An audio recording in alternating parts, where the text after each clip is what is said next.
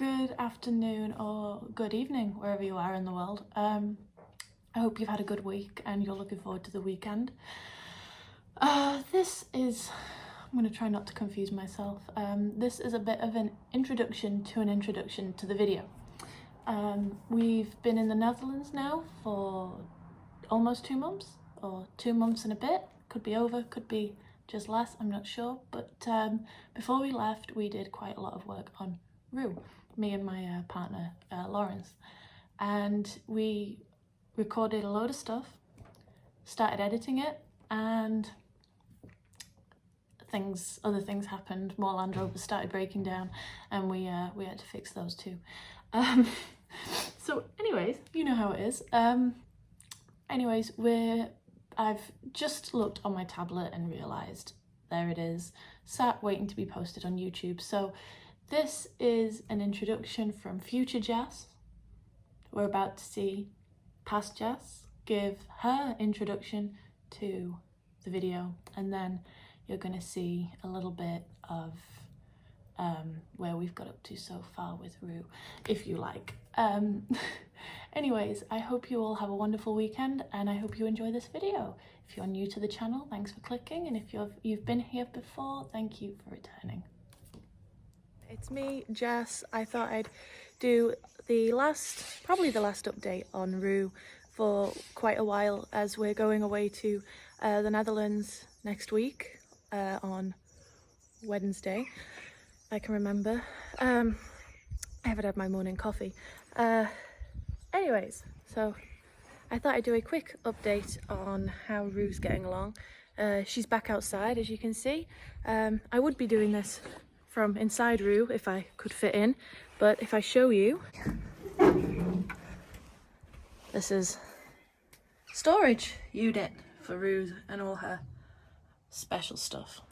So we've got the oil tank as the passenger, and the dashboard has been taken to bits. We actually found a bird nest, a mouse nest actually, sorry, judging from the wires. We found a mouse nest, God knows how old. Also found a little bit more look.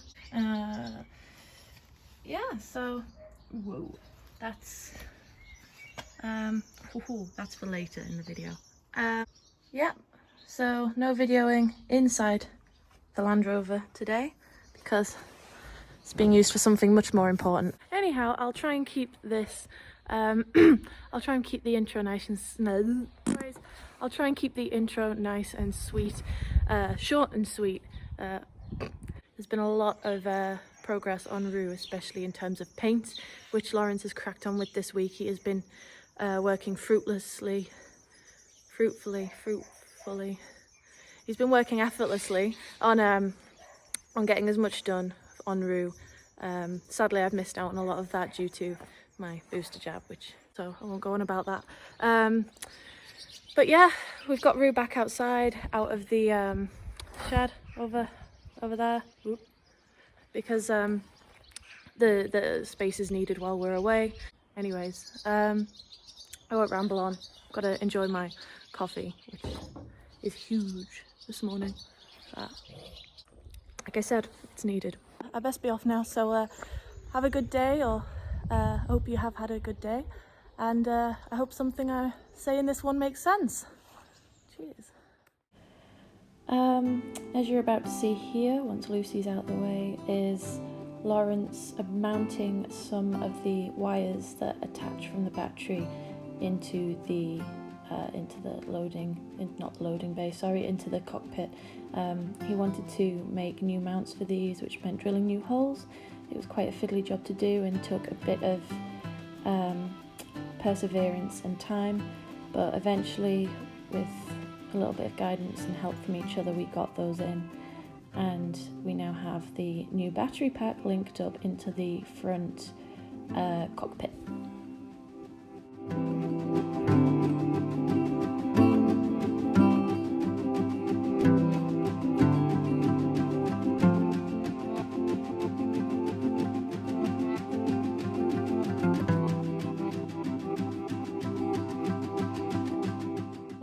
steering wheel came off to make a few jobs a little more easier, and also a few things are going to be replaced, but however the original steering wheel is back on.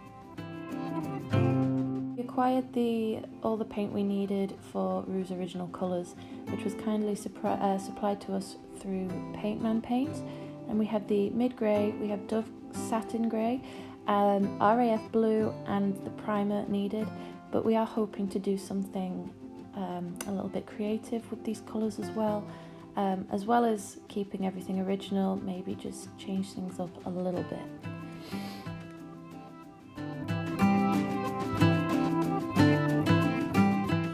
This is quite funny actually. You can see that the speedometer is moving, however there is no electricity to the car. Lawrence has found the wire that controls this gauge, and we were having a little bit of fun manually making the car go. However, we did think this could possibly add miles to the vehicle without it even having to move. It's something quite interesting. Obviously we don't want to be turning this wire too much because we could be adding miles onto the vehicle that haven't actually been there, and that's no good.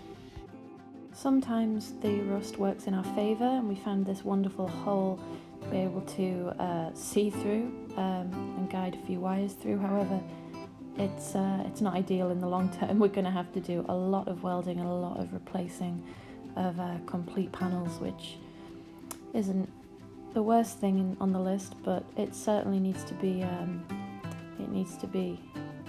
addressed. And once we've got all the wiring sorted, that is probably going to be the next part, the next step to the restoration. But yes, as you can see, it's a pretty big hole, but it just completely it basically crumbled as we were working. On a more positive note, the wires are now in place with new brackets to keep them there, and everything looks much more tidier and more visible than before. The Australian coins out of issue. We also found this ceramic, I think it's probably something off an electric fence or something that was used with electricity, but ceramic's not really used that much anymore, so we're thinking of doing something with that, so it really shows the old girl's age. Here we are going to have a little closer look at the damage done to the dashboard, which is only standard really with an old Land Rover that's been sat around for quite a while. Little guests are going to make their home there, and make the job a little bit more than it is. But at the end of the day, you know, it's nothing that can't be. It needs replaced anyways, so it's not the end of the world.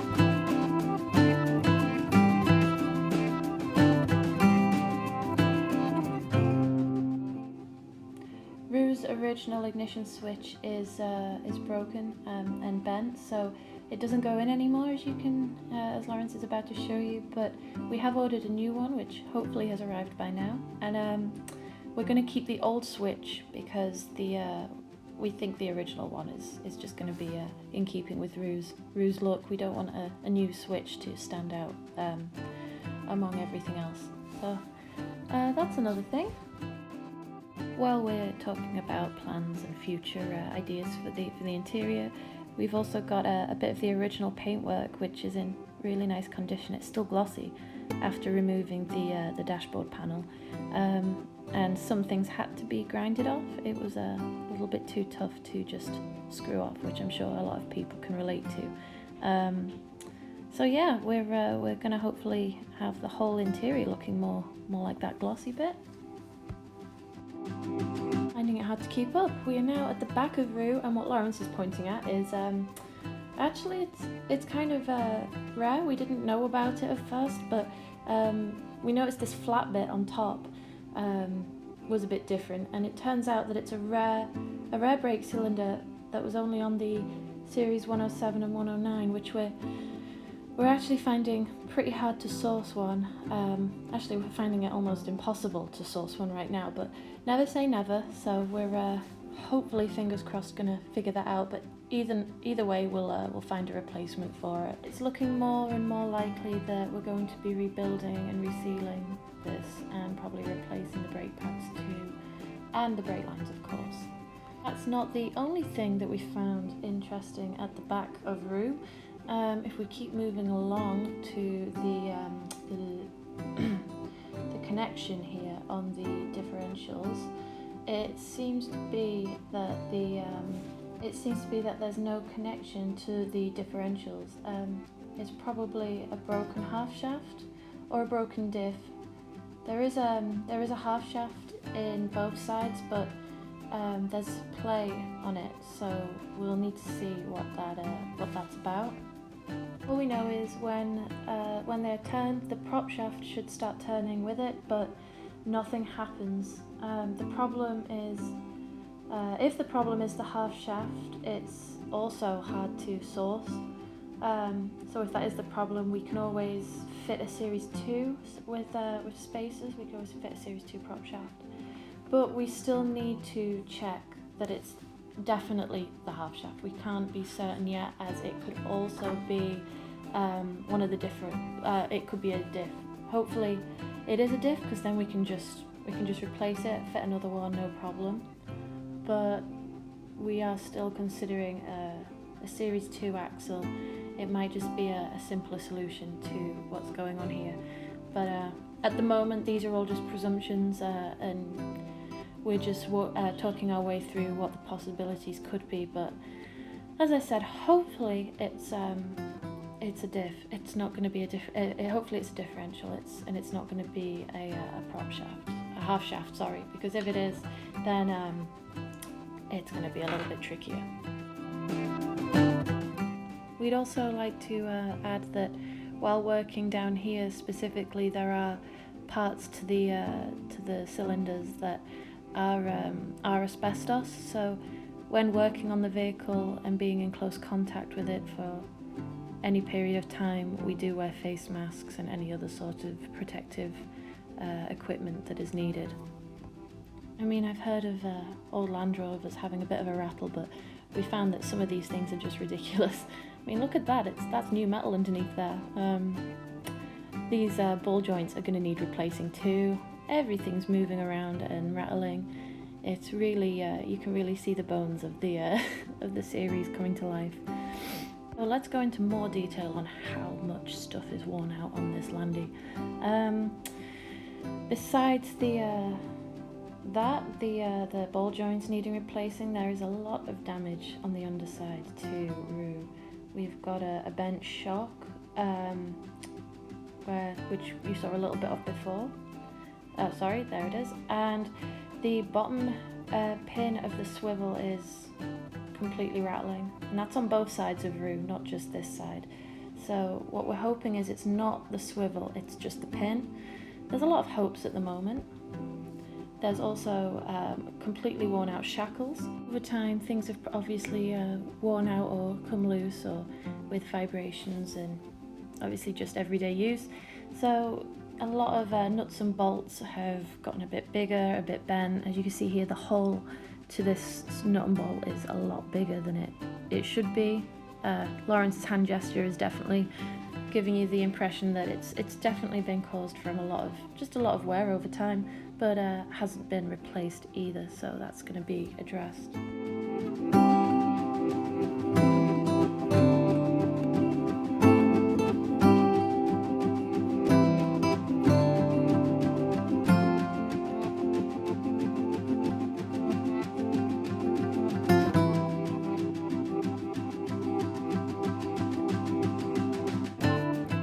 This was one of the tasks I was assigned to do, which was removing the shock absorbers from Rue, which probably doesn't absorb a lot of shock anyways, but hey ho, and you've got the man over here doing something.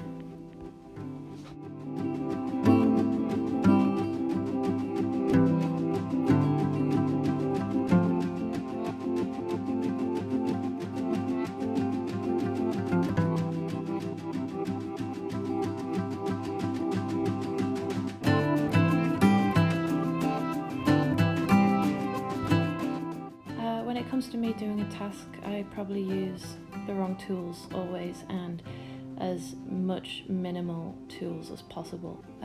It's probably quite a lot easier task when the whole vehicle isn't infested with rust, but in some ways it worked towards an advantage, because with a pair of pliers and a hammer I was able to just break the pins out, or bend them and break them, and everything was quite rigid. So as you can see, just a little bit of welly, things came apart, and I was able to get all the washers and the rubber between the shock absorber and the metal.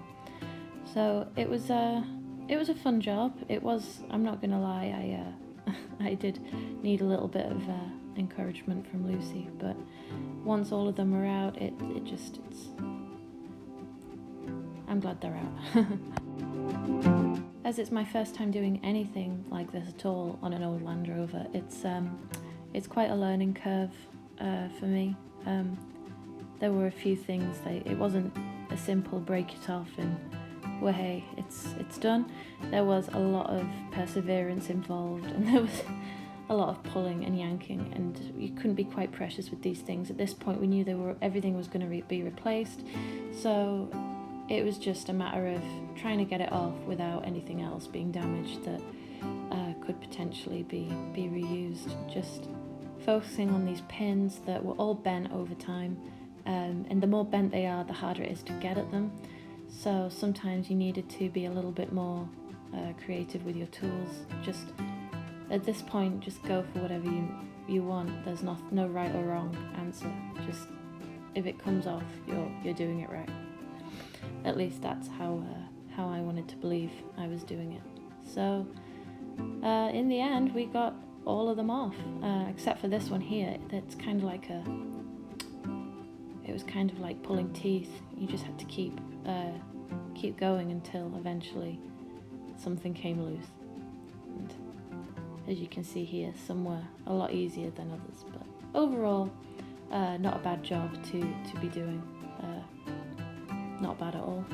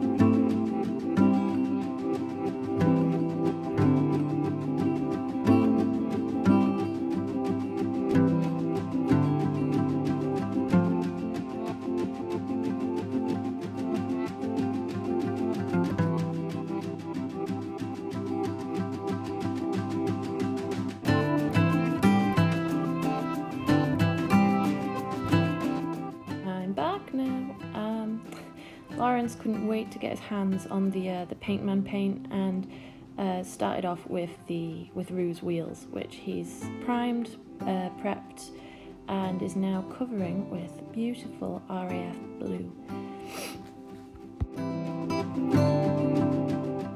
Earlier before that we wanted to do something a little bit different with Rue, just something minor, not too big.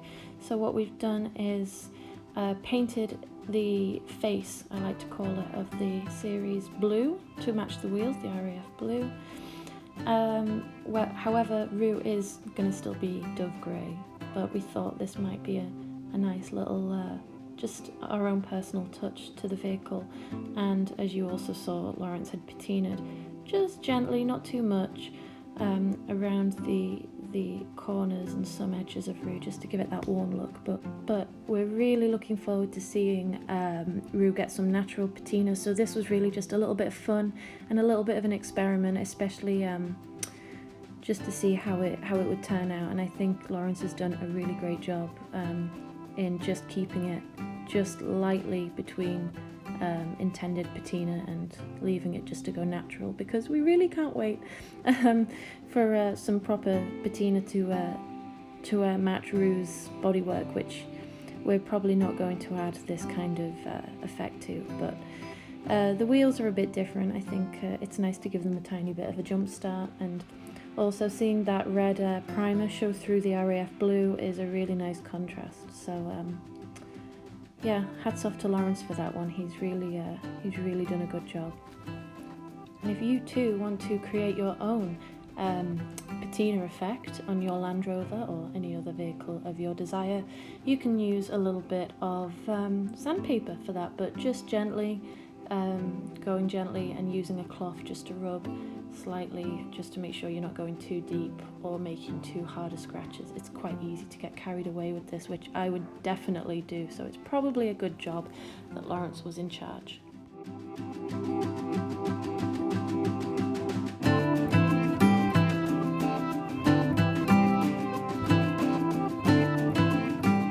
We are sadly coming to the end of our time with Rue before travelling back to the Netherlands, so we're drawing quite close to the end of the video as well. But here we're taking Rue out of the workshop and putting her back outside. Fortunately, the summer weather has been quite kind, and to be honest, she's rusty Rue, so there's not much else that can happen to her. We're quite looking forward to getting back to her and getting a few more things done. And next up, we're definitely going to be starting on those new wing panels. Well, there you have it. That's a wrap for Rue at the moment. It's a little bit overdue, but I really hope you enjoyed watching what we managed to do in the month that we were back in the UK. I've certainly enjoyed looking back on it. I've forgotten just how many things we did get done in the time, and it's a nice reminder of what is yet to be done. I'm very excited for the future of this landy. Anyways, I hope you have a good weekend wherever you are, and take care, stay safe, hopefully see you soon.